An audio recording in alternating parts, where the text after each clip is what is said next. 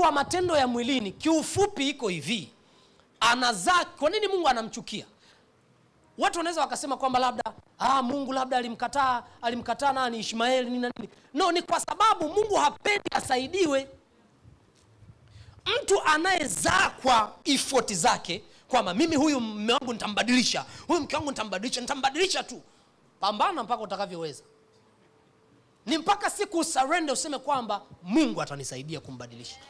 Ngoja nikwambie, mwenye kuweza kumbadilisha mmeo dada ni Mungu, kwa sababu Mungu anabadilisha kutoka ndani kuja nje. Jitihada zako za nje hazifui dafu, unapakaza tu, una paint. Lakini the reality is that kuna watu wamepaka makeup. Tukitoa hiyo makeup, the reality appears. Hallelujah. Bwana asifiwe. Mtu ambaye anajitahidi kutumia nguvu zake. Kwa lugha nyingine tunasema hivi, anazalisha kitu kinaitwa boasting. Kitabu cha Waefeso sura ya 2 mstari wa 8 anasema kwamba tumeokolewa kwa njia nini? Kwa imani. Mtu awaye yote asije akafanyaje? Akajisifu. Mtu asijigambe. Maana yake mtu anayefanya kazi kwa mwilini, huyo ana boast. Atakuwa anajigamba. Haya, tufanye hivi. Hauamini neema, unaamini sheria. Si ndio? Sheria kwamba itakuokoa. Unajitahidi kushika sheria ili uweze kumpendeza Mungu. Siku umeingia mbinguni utamwambiaje Mungu? Mungu, umeona nimefanya hiyo. Nimeingia hapa kwa sababu nilishika sana.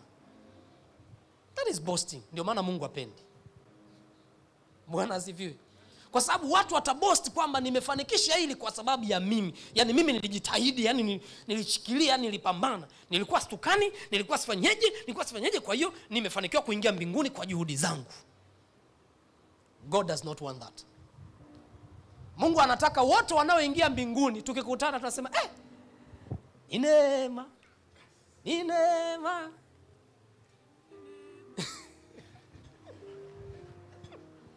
Hallelujah. Bwana asifiwe.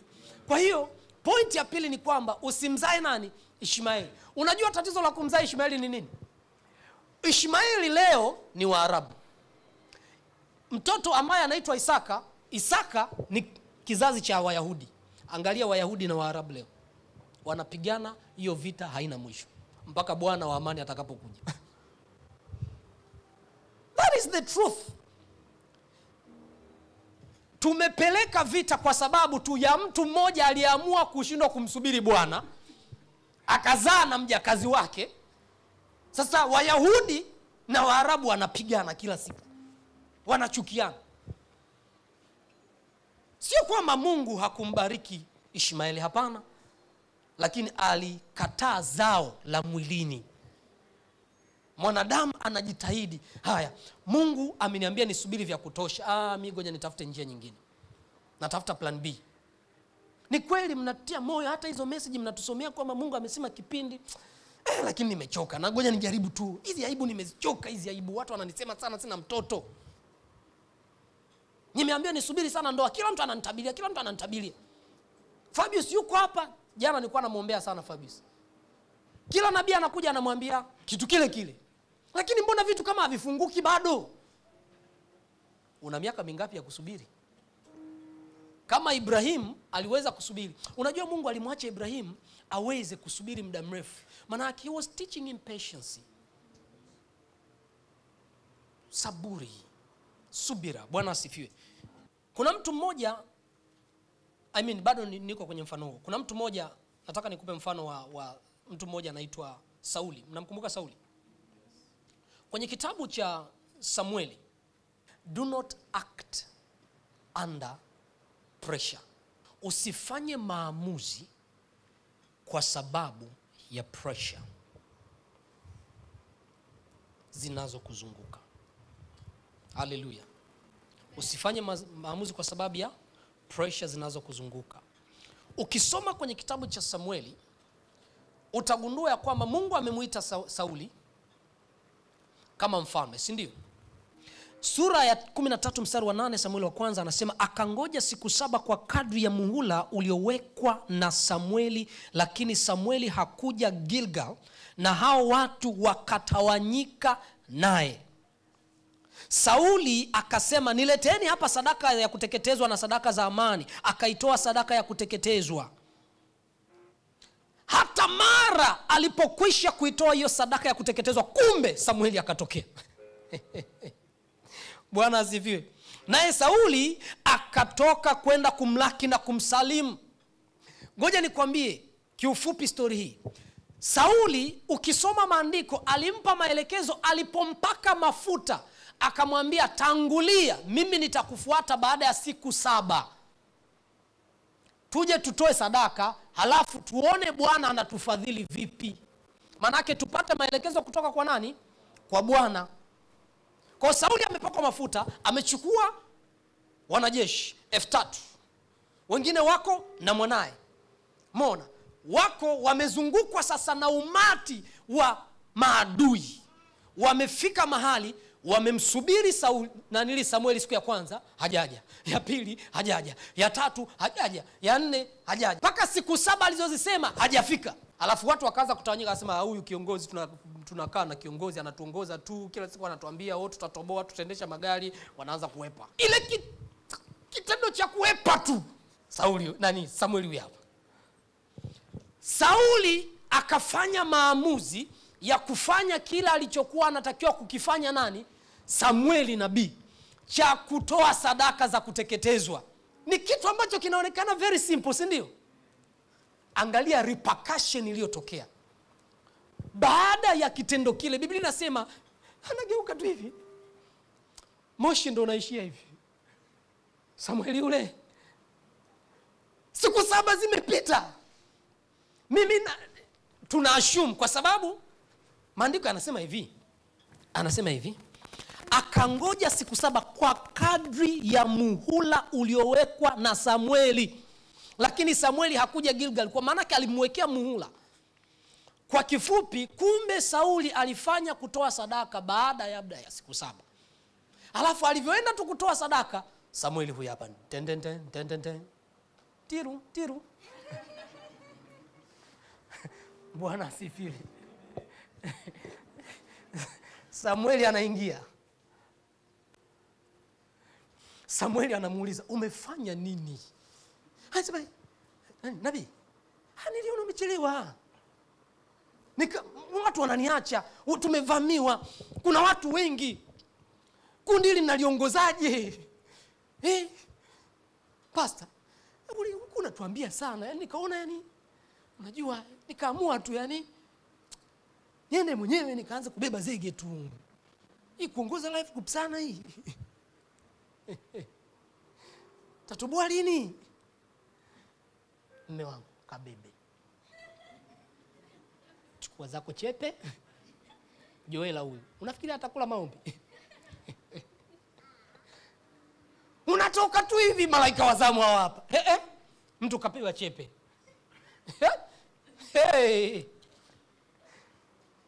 Hallelujah. Una act under pressure, unakosa subira. Biblia inasema maneno magumu sana. Mungu akamwambia Samueli, Mungu ameukataa ufalme wako. Sadaka, jukumu la Samueli ndo nimelifanya. Nimeingilia jukumu lisilokuwa la kwangu. Alafu angalia maneno anayosema Mungu. Ilipaswa ufalme wake uwe wa kudumu. An eternal kingdom. He lost a treasure kwa sababu ya kukosa subira, ya kuact under pressure. Watu wanamchanganya, sasa tutapiganaje sasa? Mshua tutaendaje vitani? Tufanye kongamano la kusifu na kuabudu. Unaona kanisa letu halina watu wengi sasa. Pastor, sasa tuweke hela, tuweke manini, tuweke tamasha, tujaze na sisi kama wanavyofanya wengine. Ndio hatuna watu. Mnamjaza kiongozi, anaamua na yeye kufanya kitu ambacho Mungu hajasema. Kumbe Mungu alikuwa anasema, lifundishe kanisa. Niachie swala la watu. Just teach my church. Sasa tufanye kama wale wengine. Wale wengine wanafanyagaje? Wanafanya matamasha. Tufanye na sisi matamasha sasa. Mnajikuza, mmepoteza milioni 5. tuliomvuna kwa Kristo. Lile tamasha lilikuwa zuri, tunarudi kwetu Katoliki. Tumeshasifu, tunarudi kwetu Zion. Mnanielewa watumishi wa Mungu? Au ninazungumza lugha kidogo imekuwa ngumu? Leo sisemi ile haleluya ile tutafanikiwa, Bwana atatupigania na kufundisha. Naye Samueli akamwambia Sauli, umefanya upumbavu. Niko mstari wa 13. Naye Samueli akamwambia Sauli, umefanya upumbavu, hukuishika amri ya Bwana Mungu wako aliyokuamuru, kwa maana Bwana angaliufanya ufalme wako kuwa imara juu ya Israeli milele. Imagine, kwa kosa dogo tu la kutokutii, siku 7 ameambia ningoje siku 7, ningoje. Bwana asifiwe. Wangapi Mungu amewaambia wamngoje hapo? Wangapi Mungu amewapa ahadi? Usije ukafanya maamuzi under pressure. Mimi sielewi sasa hivi mchungaji, watu wanaolewa kanisani, mimi siolewi. Ndoa marafiki zangu wamepata, mimi sielewi. Watu wana watoto, mimi sina mtoto sasa hivi, nina 36. Nakimbia. Unafanya maamuzi under pressure. Halafu unakosa thawabu. Anasema kwamba alitakiwa kufanya imara juu ya Israeli milele, akakosa hiyo. Halafu anasema nimempa mtu mwingine. Nani? Daudi. Kasema sura ya 13 pale, wachungaji wa Lutu na wachungaji wa nani? Wa Ibrahim wakaanza kugombana, si ndio? Maandiko yanasemaje? Ibrahimu akamwambiaje? Tusigombane mimi na wewe tu ndugu. Kwa hiyo anamwambia kwamba tusigombane mimi na wewe kwa sababu sisi tu ndugu. Fanya hivi, chagua eneo lote hili silipo. Chagua. Wewe ukienda upande wa kushoto, mimi nitaenda upande wa kuume. Ukienda upande wa kuume, mimi nitaenda upande wa kushoto. Biblia inasema Lutu akachagua upande fulani, kuna bonde fulani vizuri akaliona linanifaa hili. Na maandiko yanasema baadaye ndio Sodoma na Gomora ikatiwa kiberiti. Ibrahimu akachagua upande mwingine tu, under pressure. What do you need to do wakati unamsubiri Bwana? Usifanye maamuzi under pressure. Sasa nitakula nini? Maisha haya, nasemwa vibaya, naonekana mwanaume, suruali, siweti chochote, nimekuwa, sisaidii. Alafu Mungu amekwambia subiri. Hajakwambia muda, amekwambia subiri. Hujui muda. Just wait on him. Kumbuka nimekwambia neno la mwisho la Mungu alikwambia ni nini? Ndio ulishike. Alafu usimzae Ishmaeli. Alafu pia usifanye maamuzi under nini? Under pressure. Kuna siku moja nimeukumbuka mfano, ngoja niwape utawasaidia. Pastor Luizio kwa ambao mfahamu ndiye kiongozi wa huduma ya Vine ulimwenguni kote. Akiwa yeye na cabinet yake ya viongozi, yani presbytery, wazee, walikuwa katika kikao, na kabla ya kikao kuna mchungaji alikuwepo ndani ya kanisa. Amefanya kazi pamoja nao kwa muda mrefu, anatambulikana na matunda na ni mtu mzuri, anampenda Mungu, lakini ndani yake alikuwa na tamanio la kuwa kule kwao wanapewaga kuna government posts za wachungaji, alafu zinalipwa vizuri. Kwa alikuwa anatamani sana kuwa katika hiyo post ya serikalini. Na ikatokea nafasi ya kwamba kuna mtu akawa amehamishwa, amepelekwa mji mwingine. Kwa wakawa wanataka mchungaji kukaa kwenye ile nafasi. Wakamwambia Pastor Luizio awape mchungaji. Haleluya. Kwa hiyo Pastor Luizio akawaambia presbytery kwamba tunataka tufanye maamuzi ya kumpeleka mchungaji mmoja. Kila mchungaji akamsema huyo mchungaji, kwa sababu anasema unajua mchungaji huyu ni kweli anajitoa kanisani, ana mwitikio, anamtumikia Mungu, anampenda Mungu na anaipenda hii nafasi. Pastor Luizio akakubali. Akafanya kikao na yule mtu, akamuita. Alivyomuita akamwambia naomba kuongea na wewe. Akamwambia sawa. Akaja ofisini akasema nashukuru sana mchungaji kwa sababu pia nimepata nafasi ya kuzungumza na wewe. Unajua na mimi nilikuwa na tamani sana hii nafasi, lakini kabla hatuja discuss mambo ya kihuduma kuna kitu nataka nikwambie. Pastor Luizio akamsikiliza. Akasema sawa. Akamwambia mimi bana nataka niache huduma, nataka niache kanisa. Nimechoka. Sababu nimefanya kazi muda mrefu hivi na hivi. Maana nilikuwa nategemea kumtumikia Mungu kwenye serikali na nini. ameitwa kwa taarifa ya kwamba tumekuchagua uende serikalini, ila yeye amekuja kwa sababu amechoka, ameshindwa kusubiri, anaona kwamba anachopewa kanisani hakimtoshi, kule serikalini wenda wanaweza wakampa nafasi nzuri. Bwana asifiwe. Kidogo tu. Sasa Pastor Luizo yuko pale anamsikia, nimwambie nisimwambie? Yuko anawaza sasa. Lakini moyo wake ameshaonyesha kwamba tayari anataka kuondoka kwenye huduma. Akamsikiliza, akamwambia amina. Basi Mungu akubariki sana. Mtumishi, naomba nikuombee, nikuruhusu. Akamruhusu. Akabaki na taarifa yake njema.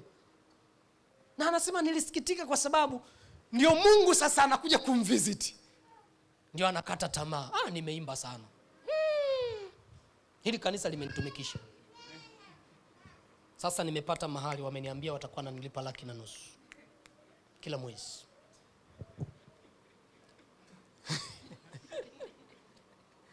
Haleluya.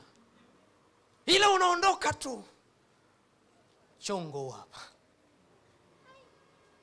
Praise and worship wote tunaenda Marekani kuanza kufanya mazoezi. Chungaji. Si mimi nilikuwa na wewe nafanya hapa wote. Tulichaga ndugu yangu. Umeshindwa kusubiri kidogo tu. What is my point? Sije kanisa linajifunza hapa au unajifundisha mwenyewe? Uwe mvumilivu na mwenye tumaini. Andika kitabu cha Zaburi sura 40. Zaburi sura ya 40 mstari wa 1 mpaka wa 3. Zaburi inasemaje pale? Anasema hivi: nalimngoja Bwana kwa saburi, sema saburi, akaniinamia, akakisikia kilio changu, akanipandisha toka shimo la uharibifu, toka udongo wa utelezi, akaisimamisha miguu yangu mwambani, akaziimarisha hatua zangu, akatia wimbo mpya kinywani mwangu, ndio sifa zake Mungu wetu. Wengi wataona na kuogopa, nao watamtumaini Bwana. Haleluya. Nami namuomba Mungu akupe wimbo mpya katika kinywa chako. Sema amina. Akupandishe kutoka katika shimo la uharibifu. Haleluya. Ukisoma kwenye kitabu cha Warumi sura ya 5 pia kuanzia 3 mpaka 4 pale Mtume Paulo anasema lazima sisi tulio katika Mungu tutapitishwa. Tutapitia dhiki, tutapitia taabu. Anasema hivi: wala si hivyo tu, ila namfurahi katika dhiki pia, mkijua ya kuwa dhiki kazi yake ni kuleta saburi. Sema saburi. Na kazi ya saburi ni uthabiti wa moyo, na kazi ya uthabiti wa moyo ni tumaini, na tumaini halitahayarishi, kwa maana pendo la Mungu limekwisha kumiminwa katika mioyo yetu na Roho Mtakatifu tuliyepewa sisi. Pointi nyingine ya 5. Hakikisha katika kipindi cha kumsubiri Mungu kwa ahadi alizokupatia unakuwa, yani to grow, ukue, halafu pia uimarike katika nguvu. Tunaangalia kitabu cha Luka sura ya 1 mstari wa 80. Tunamwona Kristo pia ilibidi apitishwe. Luka sura ya 1 mstari wa 80. Yule mtoto akakuwa, akaongezeka nguvu rohoni, akakaa majangwani hata siku ya kutokea kwake kwa Israel. Alitokea kwa nani? Kwa Israel. Yesu Kristo ilibidi pia, pamoja na kwamba yeye alikuwa Mungu, tunaambiwa katika maandiko ya kwamba miaka 12 alikwenda hekaluni akaanza kuzungumza na wazee kule, si ndio? Yes, anazungumza na makuhani, anazungumza na waandishi, wakufunzi wa Taurati, anasema nao. Sasa miaka 12, nikuulize, unafikiri Bwana Yesu alikuwa analijua kusudi lake katika miaka 12? Binafsi nadhani alikuwa analifahamu kusudi lake. Maana alimwambia mama yake, mbona kunitafuta? Kwani ukujua kwamba ilinipasa kuwepo katika nyumba ya baba yangu? Haleluya. Kwa hiyo alikuwa analifahamu kusudi lake kwa sababu yeye ni Mungu, si amekuja ulimwenguni, si analifahamu kusudi lake, si ndio? He was 12 years, si ndio? Lakini piga mahesabu kuanzia miaka 12 akiwa mtoto. Maana yake aliweza kukubali kukaa chini ya uangalizi wa Mariam na Yusufu mpaka ikafika miaka mingapi? 30 ndio anaenda kubatizwa. Anaanza mission. Kutoka katika miaka 12 kwenda miaka 30 ni miaka mingapi? 18. Si ndio? 18, miaka 18 Yesu alikuwa anafanya nini? Hapa katikati alikuwa anafanya nini? Haya, tuseme hivi, babake alikuwa ni nani? Fundi seremala, si ndio? Wenda alianza kufanya kazi za ufundi seremala. Maana yake alikuwa anajua kulanda, si ndio? Alikuwa anajua kugonga nini zile nyundo. Siku moja labda na yeye Yesu alikosea kidogo. Sijui kama alikosea. Haleluya. Kabla ya kuliishi kusudi, alisubiri miaka hii akue, akomae, ajifunze, apate maarifa, aende chuoni, asome vyuo. Alikuwa akifundisha, anafungua, anasema leo maandiko haya yametimia sasa. Sababu alikuwa anasoma. Hamkusikia kwamba imenenwa, manabii walisema kwa habari zangu, alisoma. Sasa kuna watu hapa wapo, mimi nataka kulifanya kusudi la Mungu. Mimi mambo ya kuongoza life group za watoto sio eneo langu. I want to live my mission. Before your mission, what do you need to do? Stay there, kuwa carpenter kwanza. Kuna watu wanataka kuwa wachungaji. Kuna mtu alinifuata akaniambia, unajua mchungaji, nimesikia wito, unajua nilikuwa naangalia kanisa la kufanya nao kazi na nini na nini. Kwa hiyo nimekuona mtumishi wa Mungu, nimekuona unasafiri, nikajua wewe ni neema ya kuchuchumilia, tufanye kazi wote. Nikamwambia, okay. Sawa. Kwa hiyo wewe ni mtumishi wapi? Akaniambia mimi ni mtumishi. Unajua mimi nilikuwa nimepewa kanisa sehemu fulani hivi tawi, kwa hiyo nilikuwa nachunga. Nikamwambia kwa hiyo ni mchungaji kule. Akasema kaambia kwa hiyo moyoni umesikiaje? Akasema Mungu amenielekeza nije hapa. Nikamwambia una uhakika? Kaambia una uhakika kabla sijazungumza. Akasema maana Mungu jina lako lilikuja tu nikasema ngoja nikwambie sasa. Kama Mungu amesema na wewe, haya ndio ya kupasa wewe kuyafanya. Hapo ukija hakuna mchungaji, utaanza kwenye cell group. Haleluya. Utaanza moja. Utaenda encounter, utaenda maturity course, utapita kwenye njia ya overcomer mpaka uje kuwa mchungaji. Manake nimesha kupima, nimeona cell group zako zimekuwa. Wewe ni mchungaji. Wewe una neema ya kutumikia watu. Tumika kwenye cell group. Nitakuweka chini ya mtu ukae. Kama Mungu amesema na wewe, utatii. Ila kama sio Mungu, utaondoka. Nilimsubiri mpaka leo. Haleluya. Na nilimwambia kama ni Mungu amesema na wewe, anajua taratibu za Vine. Hata uje wewe ni nabii, utaanza kwenye life group. Watu si wanapenda title. Title kwetu zinakuja baada ya kazi. Wewe ni mwinjilisti. Kama ni mwinjilisti, tuonyeshe watu umewaleta wangapi kanisani. Tuseme huyu ni mwinjilisti huyu. Haleluya. Huyu ni mwinjilisti. Kazi inathibitisha. Kama hamniamini, aminini kazi. Nikisema mwinjilisti, kama hamniamini, aminini kazi. Mnamuona Margaret, mnamuona George, mnamuona Urasa, mnamuona nani? Wote hawa nimewaleta mimi. Nimewahubiria, wameokoka na wamebatizwa. Tunasema wewe ni mwinjilisti. Bwana asifiwe. Sijui mnanielewa, najaribu kufundisha kitu. Nimekwambia pointi gani? Subiri ukue, si ndio? Ukue, Mungu akutengeneze. Kwa Yesu pia mwenyewe ikiwa ni mwana wa Mungu alikuzwa, alipitishwa, akasubiri mpaka hatima yake ilipofika ya kwanza kuifanya kazi. Kwa huenda Mungu anakupitisha sasa hivi. Kweli wewe ni mwalimu, unapenda watu wazima. Joycelyn mama. Lakini Mungu anasema in this period of time while you are waiting, I have put you. Wangapi mnaamini ya kwamba Mungu amewatuma Vine? Umeletwa Vine. Ninaamini ya kwamba haujashuka na parachuti hapo ukadondokea tu Vine. Ulikuwa niko Vine. Ninaamini kwamba wengi Mungu amewasemesha uwepo Vine. Kwa hiyo kama Mungu amekusemesha ni kusudi la Mungu, while you are here, what do you do? Sababu mtu anaanza tu kusema kwamba mimi haya sio mambo yangu. Ndiyo, wakati ukifika mambo yako utayafanya, ila kwa sasa Mungu anataka usimamie huduma hii. Pumzika. Pumzika, uwe ndani ya pumziko. Haleluya. Nitasoma, andika kitabu in fact cha mambo ya Ufunuo sura ya 6, 9 hadi 11. Na jambo la mwisho, omba. Na nitamaliza kwa sisi tukisimama na kumuomba Mungu. Haleluya. Naomba tusimame tafadhali. Mambo haya yatakusaidia katika kipindi cha kuendelea kumngoja Bwana na kumsubiri Bwana. Sura ya 6 mstari wa 9 mpaka wa 11 inasema hivi: na alipofungua muhuri ya 5, nikaona chini ya madhabahu roho zao waliochinjwa kwa ajili ya neno la Mungu na kwa ajili ya ushuhuda waliokuwa nao.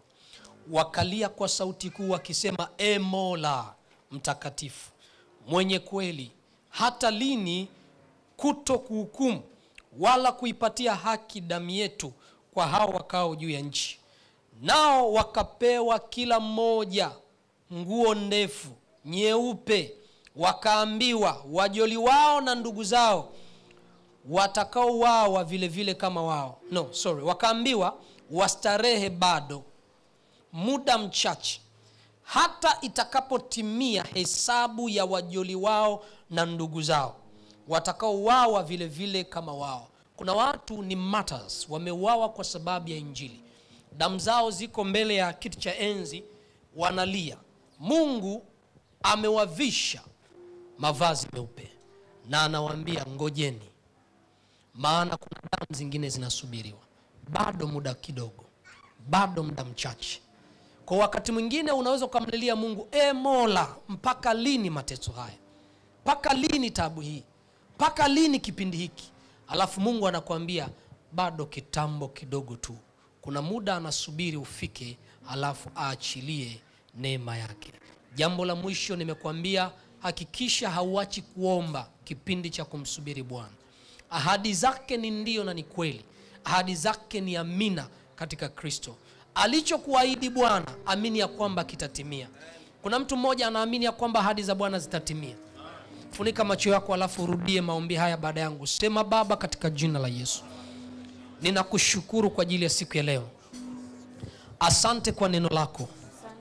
Asante kwa kunisemesha ya kwamba kuna ahadi umenipa. Neno lako uliloniambia, Baba, nipe neema ya kulishika. Nipe saburi niweze kukungoja. Niweze kukungoja. Nisizae Ishmael katika kipindi cha kungoja. Nisifanye vitu kwa sababu ya pressure katika kipindi cha kungoja. Nipe kusubiri. Nipe kukungoja wewe. Maana wakati wangu unakuja na wakati wangu utafika katika jina la Yesu. Wacha nikuombe. Mungu wa mbingu na nchi, ninakushukuru sana kwa ajili ya neno hili. Asante kwa ajili ya kanisa lako, kwa kuwa Bwana umeruhusu kipindi tuweze kupita. Nawe umetupa neno lako tena ya kwamba Mfalme tunapaswa kungoja. Kuna wengi walikungoja kwa miaka mingi. Kuna wengi walikungoja baada ya wewe kusema, lakini hawakujua utatokea lini. Na wewe Bwana bado ulikuja kuonekana. Mungu, tupe neema ya kuvumilia. Tupe neema ya kusubiri. Tupe neema ya kutokwenda katika nchi ya Wafilisti wakati wa kusubiri ahadi zako. Tupe neema ya kutokutafuta plan B wakati tuna wewe Mungu wa mbingu na nchi. Wakati tuna wewe Mungu unayeweza kuamrisha mambo. Wakati tuna wewe Mungu unayeweza kufanya yale yasiyowezekana yakawezekana kwenye maisha ya mwanadamu. Ninaomba neema kwa ajili ya kanisa hili, e Bwana. Tusaidie tuvuke katika kipindi hiki. Tuvushe kwa nguvu zako. Tuvushe kwa mkono wako. Petro alipoanza kuzama, Yesu ulinyosha mkono ukamuokoa, ukamuokoa, ukamuokoa, ukamuokoa. Basi okoa kanisa lako. Okoa imani za watu wanaotindikiwa, wanaoshuka katika imani. Mungu wainue tena, e Bwana. ukawape faraja na tumaini jipya, ya kwamba majira yao ya kukumbukwa yanakuja, na majira yao Bwana ni sasa. Asante kwa kuwa baada ya kipindi hiki tutashuhudia ukuu wa Mungu, tutashuhudia matendo yako, tutashuhudia fadhili zako, tutashuhudia mema yako, tutakuimbia, tutakusifu, tutakushukuru, tutakubariki kwa kuwa Bwana umetuonekania. Na wale ambao Bwana wametaka kuona anguko letu, Bwana tutawatafuta, hatutawaona, maana Bwana watakuwa wanalia, watakuwa waelewe ni kwa namna gani umefanya mambo kwenye maisha ya watoto wako ndani ya kanisa hili. Ninakubariki na kukushukuru kwa sababu ya kila nafsi ambayo inakutumaini, kila nafsi inayokutumaini, kila nafsi inayokutumaini. Moyo wangu msubiri Bwana, nami ninaomba wakapate kukusubiri wewe, katika jina la Yesu Kristo wa Nazareti aliye hai nimeomba na kuamini, amen. Haleluya. Mungu wa mbinguni akubariki sana. Muda wetu umesonga sana na sitaki kuendelea kula muda wote. Naomba unyoshe mikono basi uweze kubarikiwa. Bwana Yesu alipokuwa akipaa, aliinua mikono yake akawabariki wanafunzi wake. Nami ninakubarikia katika wiki yako. Uende na amani ya Bwana, uwe na neema ya kusubiri, uwe na neema ya kungoja. Baraka ya Bwana ikujie kwa wepesi katika jina la Yesu Kristo. Barikiwa katika kila unalolifanya, kila unaloligusa likafanikiwe. Ukafanikiwa unapotoka, ukafanikiwa unapoingia nyumbani, ukafanikiwa unapotoka nyumbani, ukafanikiwa unapoingia ofisini, ukafanikiwa masomoni, ukafanikiwa kwenye kazi, fanikiwa kwenye biashara, fanikiwa kwenye mahusiano. Fanikiwa na Mungu akutendee muujiza mkubwa ndani ya wiki. In the mighty name of Jesus, you are blessed. Nenda na amani ya Bwana. Hallelujah.